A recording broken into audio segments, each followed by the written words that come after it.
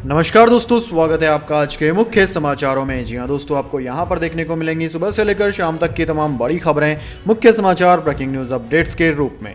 तो दोस्तों, आप सभी लोगों से रिक्वेस्ट है इस वीडियो को ज्यादा से ज्यादा लाइक और शेयर करें। तो चलिए दोस्तों, जान लेते हैं आज की पहली बड़ी खबर।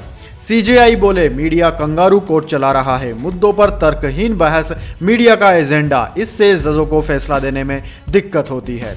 जी हां दोस्तों, चीफ जस्टिस एन.वी. रमन्ना ने मामलों के मीडिया ट्रायल पर सवाल उठाए हैं। उन्होंने कहा है कि मीडिया कंगारू कोर्ट लगा लेता है, ऐसे में अनुभवी जजों को भी फैसला लेने में मुश्किल आती है। उन्होंने कहा कि प्रिंट मीडिया में अभी भी जवाबदेही है, लेकिन इलेक्ट्रॉनिक मीडिया की कोई जिम्मेदारी नहीं दिखती है। सीजेआई ने कहा कि हम देखते हैं कि किसी भी केस को लेकर मीडिया ट्रायल शुरू हो जाता है, कई बार अनुभवी जजों को भी फैसला करना मुश्किल हो जाता है।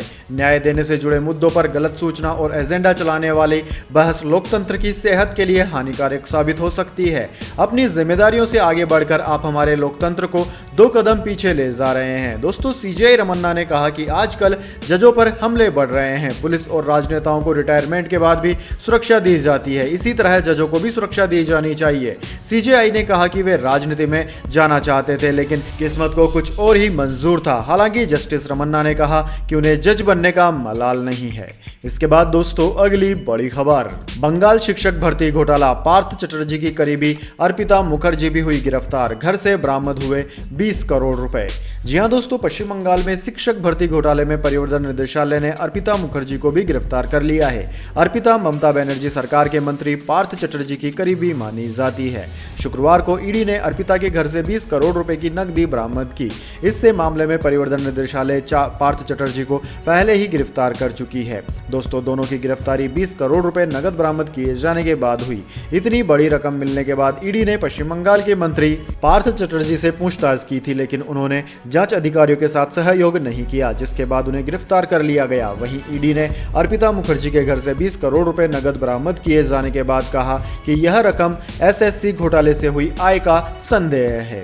इसके बाद दोस्तों, अगली बड़ी खबर। राष्ट्रपति रामनाथ कोविंद को संसद में दी गई विदाई, अपनी फेयरवेल स्पीच में कही यह बात। जी हां दोस्तों, निवर्तमान राष्ट्रपति रामनाथ कोविंद को संसद की ओर से विदाई दे दी गई है। राज्यसभा और लोकसभा दोनों सदनों के द्वारा संयुक्त रूप से विदाई समारोह का आयोजन किया गया। राष्ट्रपति रामनाथ कोविंद, उपराष्ट्रपति वेंकैया नायडू, पीएम मोदी, लोकसभा स्पीकर ओम बिरला समेत सभी वरिष्ठ संसद में मौजूद थे। हालांकि सेंट्रल हॉल में हुए इस विदाई समारोह में सोनिया गांधी और राहुल गांधी मौजूद नहीं थे। दोस्तों, कार्यक्रम की शुरुआत में लोकसभा अध्यक्ष ओम बिरला का संबोधन हुआ और फिर उन्होंने राष्ट्रपति रामनाथ कोविंद को स्मृति चिन्ह भेंट किए। इसके बाद निवर्तमान राष्ट्रपति रामनाथ कोविंद ने संसद में विदाई भाषण दिया। दोस्तों, फेयरवेल स्पीच में रामनाथ कोविंद ने कहा कि मुझे राष्ट्रपति के रूप में सेवा करने का अवसर देने के लिए देश के नागरिकों का हमेशा आभारी रहूंगा। इसके बाद दोस्तों, अगली बड़ी खबर। अखिलेश यादव ने ढीले किए चाचा शिवपाल के तेवर, कहा जहां सम्मान मिले वहां जाओ। जी हां दोस्तों, राष्ट्रपति चुनाव में द्रौपदी मुर्मू की जीत के बाद समाजवादी पार्टी ने शिवपाल यादव और ओम प्रकाश राजभर से दूरी बना ली है। दोनों ही नेताओं ने सपा से इतर जाकर द्रौपदी मुर्मू का समर्थन किया था। अब समाजवादी पार्टी ने विधायक शिवपाल यादव और सुलहदेव भारतीय समाजवादी पार्टी के अध्यक्ष ओम प्रकाश राजभर से कहा है कि वे गठबंधन छोड़ने के लिए स्वतंत्र हैं। शिवपाल और राजभर लंबे समय से अखिलेश के खिलाफ बयान देते आ रहे हैं। राष्ट्रपति चुनाव में दोनों ही नेताओं ने अखिलेश यादव पर जमकर हमला बोला था। दोस्तों, समाजवादी पार्टी द्वारा अपने आधिकारिक ट्विटर हैंडल पर साझा किए गए पत्र में पार्टी ने कहा है कि शिवपाल जी, अगर आपको लगता है कि आपको कहीं और सम्मान मिलेगा तो आप जाने के लिए स्वतंत्र हैं। इसके बाद दोस्तों, अगली बड़ी खबर। अवैध बार चलाने के आरोप पर भड़की स्मृति ईरानी, कहा मेरी बेटी कॉलेज स्टूडेंट है, बार नहीं चलाती, कांग्रेस से कोर्ट में जवाब मांगूंगी। जी हां दोस्तों, केंद्रीय मंत्री स्मृति ईरानी ने बेटी पर अवैध बार चलाने के आरोप पर सफाई दी है। शनिवार को प्रेस कॉन्फ्रेंस कर उन्होंने कहा कि यह झूठ है और इसके लिए वो कांग्रेस से कोर्ट में जवाब मांगेगी। उन्होंने कहा कि उनकी बेटी कॉलेज स्टूडेंट है, वो कोई बार नहीं चलाती है। कांग्रेस मुझे और मेरी बेटी को बदनाम कर रही है। अमेठी सांसद और केंद्रीय मंत्री स्मृति ईरानी ने कहा कि कांग्रेस के प्रवक्ताओं ने उनकी बेटी को अपमानित किया है। कांग्रेस प्रवक्ता पवन खेड़ा ने पेपर दिखाकर कहा कि मेरी बेटी बार चलाती है, यह सब कांग्रेस नेतृत्व के आदेश पर हो रहा है। स्मृति ने यह भी कहा कि कांग्रेस प्रवक्ता पवन खेड़ा ने कहा है कि मेरी बेटी को शो कॉज नोटिस भेजा जाए। मैं पूछती हूं कि जो पेपर वह दिखा रहे थे उसमें क्या मेरी बेटी का नाम है। कांग्रेस नेता जयराम रमेश ने कहा कि वह आरटीआई के आधार पर मेरी बेटी पर आरोप मढ़ रहे हैं। इसके बाद दोस्तों अगली बड़ी खबर, मंकी पॉक्स को लेकर पब्लिक हेल्थ इमरजेंसी घोषित, डब्ल्यूएचओ ने कर दिया ऐलान। जी हां दोस्तों, विश्व स्वास्थ्य संगठन ने मंकी पॉक्स को लेकर अलर्ट कर दिया है। डब्ल्यूएचओ ने शनिवार को मंकी पॉक्स को लेकर ग्लोबल हेल्थ इमरजेंसी की घोषणा की है। इस संबंध में डब्ल्यूएचओ के महानिदेशक डॉक्टर टेड्रोस ने प्रेस वार्ता की है। उन्होंने कहा है कि मंकी पॉक्स का प्रकोप अंतर्राष्ट्रीय स्तर पर चिंता करने वाला है। सार्वजनिक स्वास्थ्य को लेकर इमरजेंसी लगाई जा रही है। डॉक्टर टेड्रोस ने कहा कि 1 महीने पहले मैंने अंतर्राष्ट्रीय स्वास्थ्य विनियमों के तहत आपातकालीन कमेटी की बैठक बुलाई थी। इसमें यह आकलन किया गया था कि क्या मंकी पॉक्स के प्रकोप की वजह से ग्लोबल हेल्थ इमरजेंसी के हालात हैं। उस बैठक में अलग अलग विचार आए थे। समिति ने सर्वसम्मति से तय किया था कि मंकी पॉक्स से अंतर्राष्ट्रीय स्तर पर पब्लिक हेल्थ इमरजेंसी जैसी स्थिति नहीं है, लेकिन अब स्थिति बदल गई है। तब 47 देशों में मंकी पॉक्स के मामले थे, लेकिन अब यह बढ़कर 75 देशों में हो गए हैं और मामले पहले 3000 थे जो अब 16000 को पार कर गए हैं। इसके बाद दोस्तों अगली बड़ी खबर, एलपीजी सब्सिडी बंद करके सरकार ने बचाए 11,654 करोड़ रुपए। 2021-22 में सरकार ने दी सिर्फ 242 करोड़ की सब्सिडी। एक साल पहले यह रकम 11,896 करोड़ थी। जी हां दोस्तों, रसोई गैस सिलेंडर पर मिलने वाली सब्सिडी को सरकार धीरे धीरे खत्म कर रही है। सब्सिडी बंद करके सरकार ने अपने खजाने में करोड़ों रुपए जमा किए हैं। 2020-21 में केंद्र सरकार ने एलपीजी सब्सिडी के रूप में 11,896 करोड़ रुपए खर्च किए थे। वहीं 2021-22 में यह खर्च घटकर महज 242 करोड़ रुपए रह गया। इस तरह सब्सिडी को खत्म कर सरकार ने सिर्फ एक वित्त वर्ष में ही 11,654 करोड़ रुपए बचा लिए हैं। दोस्तों, पेट्रोलियम मंत्रालय के अनुसार वित्त वर्ष 2017-18 में एलपीजी सब्सिडी पर 23,464 करोड़ रुपए खर्च हुए थे, जो कि वित्त वर्ष 2018-19 में 37,209 करोड़ रुपए पर पहुंच गए। इसके बाद दोस्तों अगली बड़ी खबर, खनन के खिलाफ आत्मदाह करने वाले संत की हुई मौत।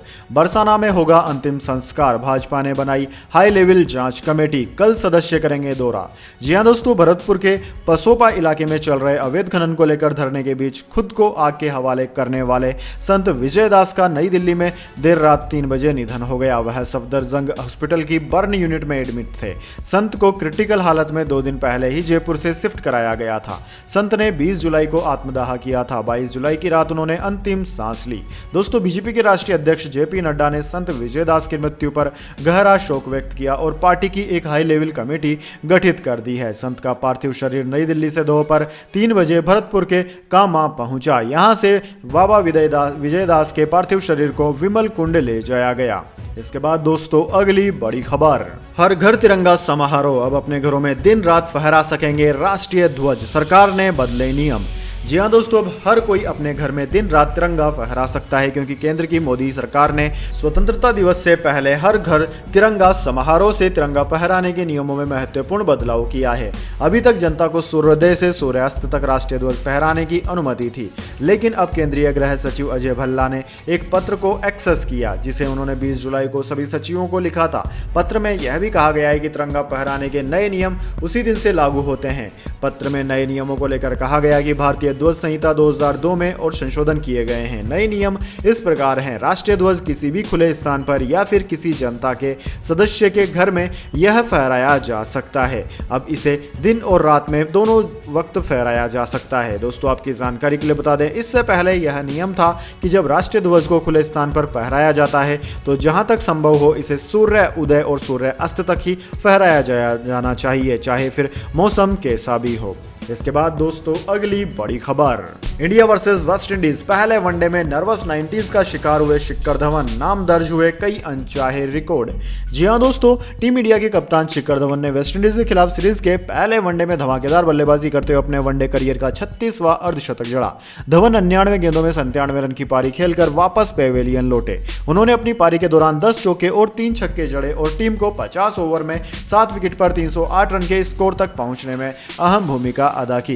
दोस्तों, मुश्किल पिच पर इतनी अहम पारी खेलकर नर्वस 90s का शिकार होकर अपने नाम कई अनचाहे रिकॉर्ड भी वे कर गए। दोस्तों, धवन वेस्टइंडीज के खिलाफ वनडे क्रिकेट में नर्वस 90s का शिकार होने वाले दूसरे भारतीय कप्तान बन गए हैं। उनसे पहले साल 2009 में MS धोनी विंडीज के खिलाफ 95 रन बनाकर आउट हुए थे। वहीं अब धवन कैरेबियाई टीम के खिलाफ कप्तानी करते हुए 97 रन बनाकर आउट हुए। इसी के साथ ही दोस्तों, धवन अंतरराष्ट्रीय वनडे और T20 में वेस्टइंडीज के खिलाफ नर्वस 19 का शिकार होने वाले पहले भारतीय बल्लेबाज बन गए हैं। धवन वेस्टइंडीज के खिलाफ अंतरराष्ट्रीय T20 में 92 रन बनाकर आउट हुए थे। ऐसे में शुक्रवार को उनके नाम एक दोहरी उपलब्धि दर्ज हो गई है। इसके बाद दोस्तों अगली बड़ी खबर, आदित्य ठाकरे का दावा, जल्द ही गिर जाएगी एकनाथ शिंदे सरकार, महाराष्ट्र में होंगे मध्यावधि चुनाव। जी हां दोस्तों, शिवसेना नेता आदित्य ठाकरे ने शनिवार को दावा किया कि एकनाथ शिंदे के नेतृत्व वाली सरकार जल्द ही गिर जाएगी और महाराष्ट्र में मध्यावधि चुनाव होंगे। शिव संवाद यात्रा अभियान के दौरान तीसरे दिन पार्टी कार्यकर्ताओं की एक सभा को संबोधित करते हुए उन्होंने यह भी कहा कि शिवसेना के बागी विधायकों ने उनके पिता तत्कालीन मुख्यमंत्री उद्धव ठाकरे को धोखा दिया जब वह अस्वस्थ थे।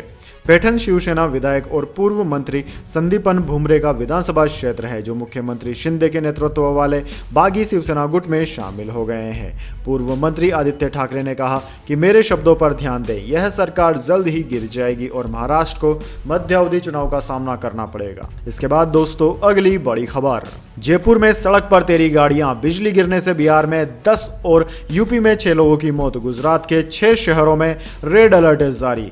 जी हां दोस्तों, देश में देरी से आया मानसून अब लोगों की मुश्किलें बढ़ा रहा है। राजस्थान में पूर्वी हिस्से के 10 जिलों में पिछले 24 घंटे के दौरान जोरदार बारिश हुई। जयपुर में तेज बारिश के बाद सड़कों पर कारें तैरती नजर आई। मौसम विभाग ने पूर्वी राजस्थान में अगले 24 से 48 घंटों में बारिश की आशंका जताते हुए ऑरेंज अलर्ट जारी किया है। उधर दोस्तों उत्तर प्रदेश और मध्य गुजरात में भारी और बहुत भारी बारिश के चलते रेड अलर्ट जारी कर दिया गया है। दोस्तों बात करें राजस्थान की तो दोस्तों मौसम केंद्र जयपुर से मिली रिपोर्ट के मुताबिक पिछले 24 घंटे के दौरान सबसे ज्यादा बरसात कोटा के लाडपुरा में 130 mm हुई। वहीं कोटा शहर में भी 109 mm बारिश हुई। जयपुर में सड़कों पर गाड़ियां तैरने लगी और जगह जगह ट्रैफिक जाम हो गया। टोंक, कोटा, बूंदी में अब तक 5 इंच बरसात हो चुकी है। इसके बाद दोस्तों अगली बड़ी खबर, यासीन मलिक ने तिहाड़ जेल में शुरू की भूख हड़ताल, कहा मेरे मामले की ठीक से नहीं हो रही है जांच। जी हां दोस्तों, दिल्ली स्थित तिहाड़ जेल में कश्मीर के अलगाववादी नेता यासीन मलिक ने भूख हड़ताल शुरू कर दी है। अधिकारियों ने शनिवार को यह जानकारी दी। जेल के अधिकारियों ने मलिक के भूख हड़ताल करने की वजह पर टिप्पणी करने से इनकार कर दिया है, लेकिन सूत्रों ने बताया कि मलिक ने निष्पक्ष सुनवाई नहीं होने का आरोप लगाया है। जेल के एक वरिष्ठ अधिकारी ने कहा कि मलिक ने शुक्रवार सुबह भूख हड़ताल शुरू कर दी। प्रतिबंधित संगठन जम्मू कश्मीर लिबरेशन फ्रंट के प्रमुख मलिक को इस साल मई में दिल्ली की एक अदालत ने आतंकवाद का वित्त पोषण करने के मामले में दोषी ठहराया था। मलिक को विभिन्न अवधि की कारावास की सजा सुनाई गई है और सारी सजा एक साथ चल रही है। यासीन मलिक को कड़ी सुरक्षा के बीच जेल नंबर 7 में एक अलग कोठरी में रखा गया है। राष्ट्रीय अन्वेषण अभिकरण द्वारा वर्ष 2017 में दर्ज आतंकवाद के वित्त पोषण के मामले में मलिक को वर्ष 2019 की शुरुआत में गिरफ्तार किया गया था। इसके बाद दोस्तों जाने अगली बड़ी खबर, लेकिन उससे पहले मेरी आपसे एक छोटी सी रिक्वेस्ट है, अगर दोस्तों आपको अभी तक हमारी न्यूज पसंद आई है तो इसे एक छोटा सा लाइक जरूर दे दीजिए, और अगर आपको पसंद नहीं आई है तो बेशक आप डिसलाइक भी कर दीजिए, लेकिन दोस्तों लाइक और डिसलाइक जरूर कीजिए, क्योंकि दोस्तों यही हमारी मेहनत का फल होता है और इसी से हमें पता चलता है कि आपको हमारी वीडियोज पसंद आ रही है या नहीं। तो चलिए दोस्तों जान लेते हैं अगली बड़ी खबर। स्कूल टॉयलेट में 4th क्लास की बच्ची से हुआ दुष्कर्म। भोपाल में सफाई कर्मी के पति ने की हैवानियत, मासूम बोली पीली शर्ट वाले अंकल ले गए थे। जी हां दोस्तों, भोपाल के पोश इलाके कोही फिजा के सरकारी स्कूल में 4th क्लास की छात्रा से दुष्कर्म का मामला सामने आया है। 8.5 साल की बच्ची के साथ स्कूल टॉयलेट में यह वारदात हुई। पुलिस ने इस मामले में स्कूल में ही रहकर झाड़ू पोंछा करने वाली महिला कर्मचारी के पति को गिरफ्तार कर लिया है। उसने अपना गुनाह कबूल कर लिया है। पुलिस के मुताबिक बच्ची का एडमिशन स्कूल में 6 दिन पहले ही हुआ था। घटना शुक्रवार दोपहर 1:30 बजे की है। बच्ची लंच टाइम में बाथरूम के लिए गई थी, तभी आरोपी लक्ष्मी नारायण धानक उसका पीछा करते हुए गया और हाथ से उसकी आंखें बंद कर दी, फिर उसे उठाकर बाथरूम के अंदर ले गया।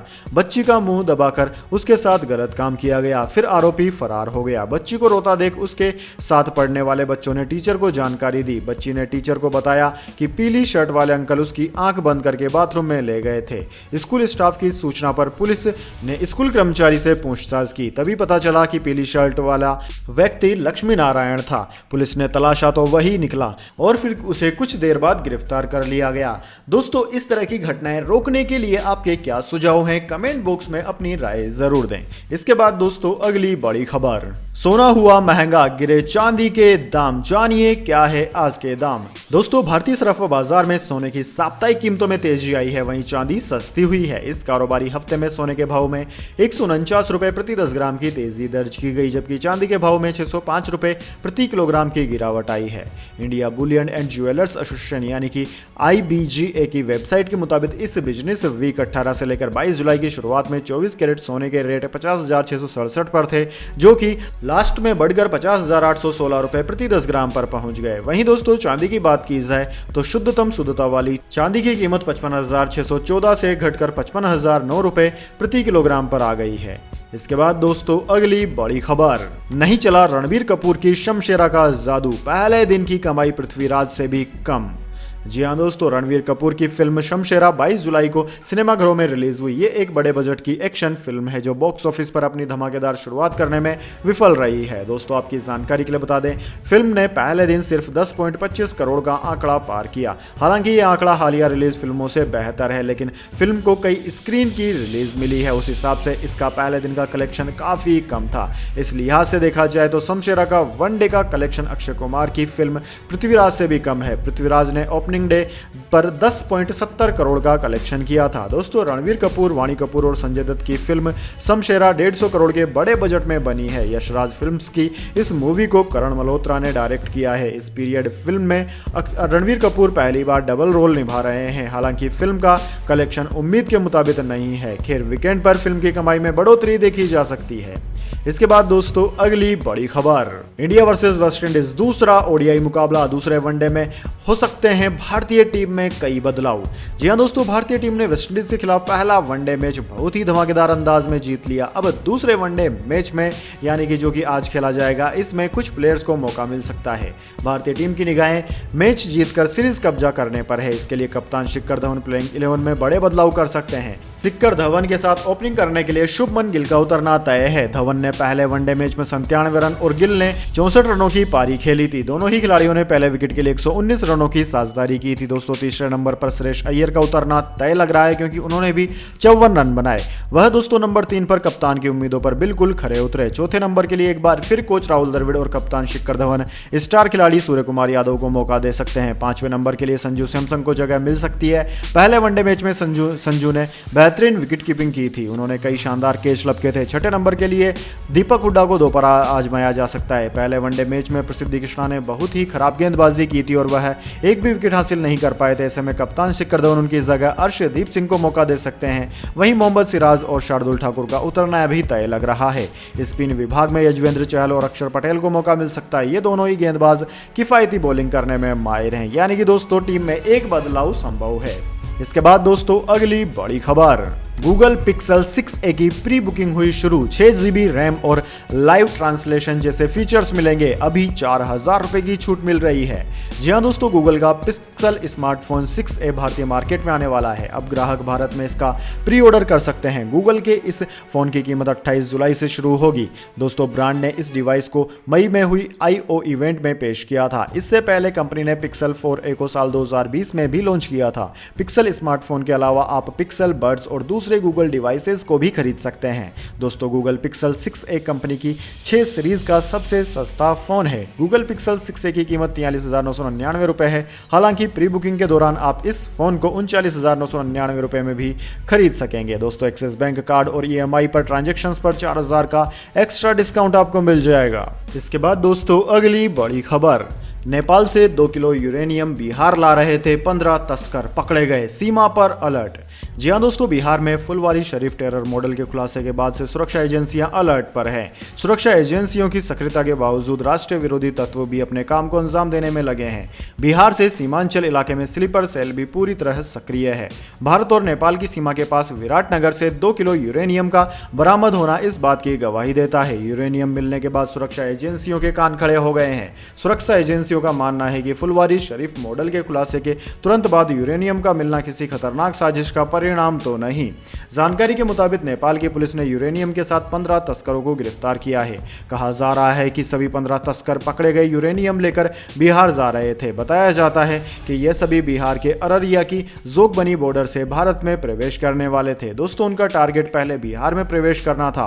विशेषज्ञों का मानना है कि इतनी बड़ी मात्रा में यूरेनियम का पकड़ा जाना जरूर किसी बड़ी घटना की साजिश की ओर इशारा करता है। खुफिया विभाग के मुताबिक इतनी बड़ी मात्रा में यूरेनियम का इस्तेमाल राष्ट्र विरोधी तत्व ही कर सकते हैं। तो दोस्तों यह थी आज की तमाम बड़ी खबरें। इसके बाद दोस्तों बारी आती है आज के माइंड क्विज क्वेश्चन की। जी हाँ दोस्तों, एक आसान से सवाल का जवाब देकर आप जीत सकते हैं एक अमेजिंग सरप्राइज गिफ्ट। हमारे यूट्यूब चैनल की ओर से। तो दोस्तों आज का सवाल आपकी स्क्रीन पर आ चुका है। भारत के किस राज्य को देवभूमि के नाम से जाना जाता है? जी हाँ दोस्तों, अगर आप जानते हैं उस राज्य का नाम जिसको कि भारत में देवभूमि कहा जाता है, देवताओं की भूमि कहा जाता है, तो जल्दी से उस राज्य का नाम कमेंट बॉक्स में लिख दीजिए। अगर दोस्तों आपका जवाब पता एकदम सही और आप चुने जाते हैं लक्की विजेता के रूप में, तो आपको मिल सकता है एक अमेजिंग सरप्राइज गिफ्ट हमारे यूट्यूब चैनल की ओर से। तो दोस्तों जल्दी से अपना उत्तर कमेंट बॉक्स में लिख दीजिए, वीडियो लाइक कर लीजिए और चैनल को सब्सक्राइब करके बेल आइकन भी दबा लीजिए। धन्यवाद। वंदे मातरम। जय हिंद, जय भारत।